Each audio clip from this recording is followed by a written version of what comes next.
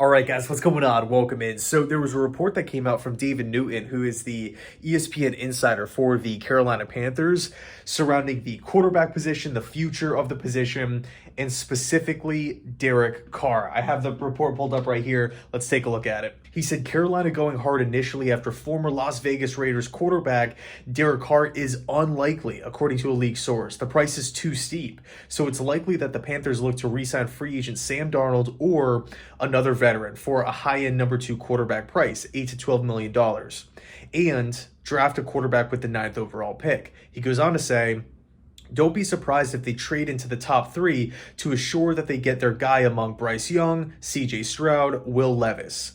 And the only quarterbacks that the team has under contract are Matt Corral and Jacob Eason.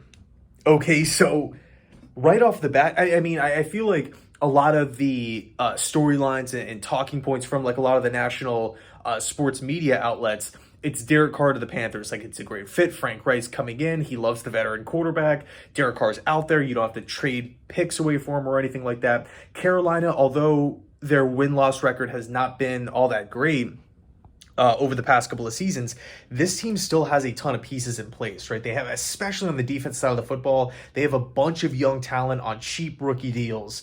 So, on one hand, and by the way, the NFC South, to me, is wide open. I could see, Atlanta, Tampa, it doesn't matter. Like, any team in that division could win it. I would not be surprised. So I do think Carr to the Panthers makes sense. I like his fit with the Saints a little bit more, but man, assuming this report is correct here, I mean, if the Carolina Panthers believe Derek Carr's price or price tag is too high, and there was a report earlier from Diana Rossini of ESPN basically saying that he wants $35+ million annually. In my opinion, yeah, it is a lot of money, but for a top 15 quarterback, like, how much can you really bargain there? Especially if you're a free agent, right? So chances are you're probably going to sign Derek Carr for really what he wants. If we start to list off the teams that need a quarterback, we can slowly but surely start crossing names off of this list in regards to a Derek Carr destination, right? A Derek Carr landing spot. I mean, obviously the Raiders need a quarterback, but he's not going there.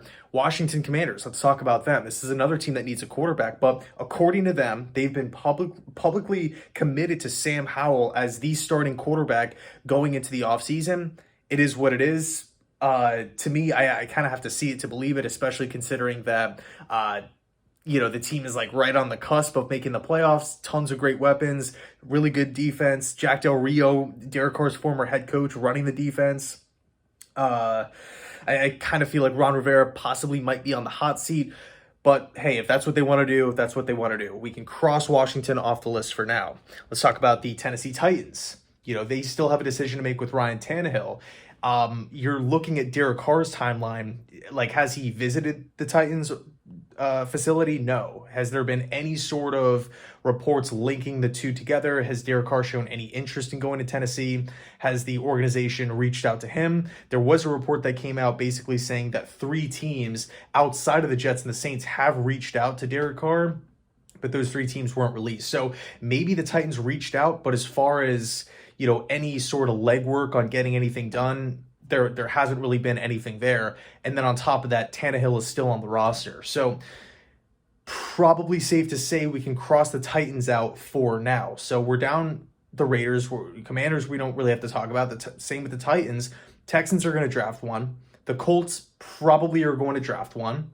Now we got this report coming out about, the Carolina Panthers thinking $35+ million is too expensive, and they're going to somewhat be interested. I mean, that's one thing, but it's a lot different to look at a team like the Saints and the Jets that are basically desperate, in my opinion. I just can't see the Saints bringing back Andy Dalton and rolling him out as the starting quarterback, and we all know the Jets situation here. So I think, I don't want to cross the Panthers off the list because it makes a ton of sense. And we still have the Buccaneers kind of floating around. But from everything I've seen and heard so far, the Bucs, obviously, they just brought in a new offensive coordinator. They've been publicly praising Kyle Trask on the roster, who's the only quarterback on their roster. There's been some Baker Mayfield connections, but I want to say right now, it's really between the Jets and the Saints. Those to me are the two front runners for Derek Carr. So as a Jet fan here, this news is great. If Carolina doesn't know what they want to do, if they want to trade up in the draft, let's do it, right? Like, I'm all for it. Let's get rid of the competitors here. And if it comes down to the Jets and the Saints from a financial standpoint, to me, the New York Jets have the upper hand because, yeah, the Jets and the Saints aren't really in too good of a spot when we look at the cap.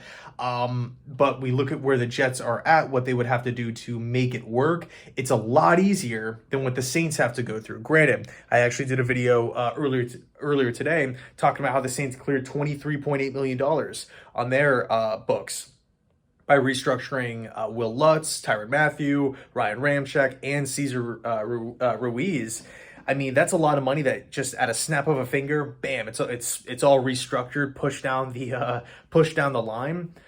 But at the same time, they still have a long, long way to go. They have Marshawn Lattimore's contract, like Cam Jordan's contract. Like, there's a lot of big money hits on the Saints books, so it should be interesting. But hey, if it gets into a bidding war between the Jets and the Saints, I like the Jets' chances.